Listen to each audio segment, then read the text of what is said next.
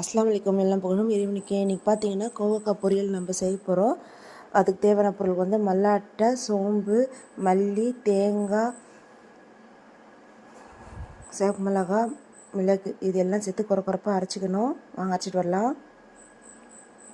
கோவக்காய் ரவுண்டாக கட் பண்ணிக்கேன். கோவக்காய் குறப்பாக அரைச்சி வச்சுருக்கேன்.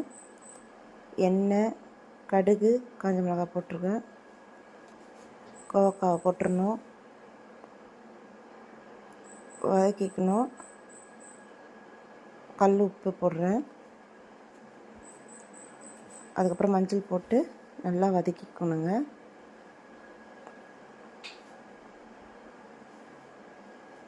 நல்லா வதக்கி விட்ட பிறகு நம்ம தண்ணி ஆட் பண்ணோம். நல்லா காய் வந்த அளவுக்கு தண்ணி ஆட் பண்ணிக்கோங்க. அதுக்கப்புறம் நல்லா வந்த பிறகு குறப்பாக அரைச்சி வச்சுருக்கோங்க, அது போட்டுக்கணும். போட்டு நல்லா மிக்ஸ் பண்ணி விட்டு கொஞ்சம் நேரம் கழித்து நீங்கள் ஓப்பன் பண்ணி பார்த்தீங்கன்னாக்கா நல்லா சூப்பராக டேஸ்டியாக கோவக்காய் பொருள் ரெடி ஆகிடும். இது பார்த்திங்கன்னா ரசத்துக்கு, தயிர் சாதத்துக்கெலாம் நல்லா தொட்டு சாப்பிட்லாம். டேஸ்ட்டு சூப்பராக அல்டிமேட்டாக இருக்கும். ட்ரை பண்ணி பாருங்கள், எப்படி இருக்குன்னு சொல்லுங்கள். அல்லாஹ் ஹாஃபிஸ்.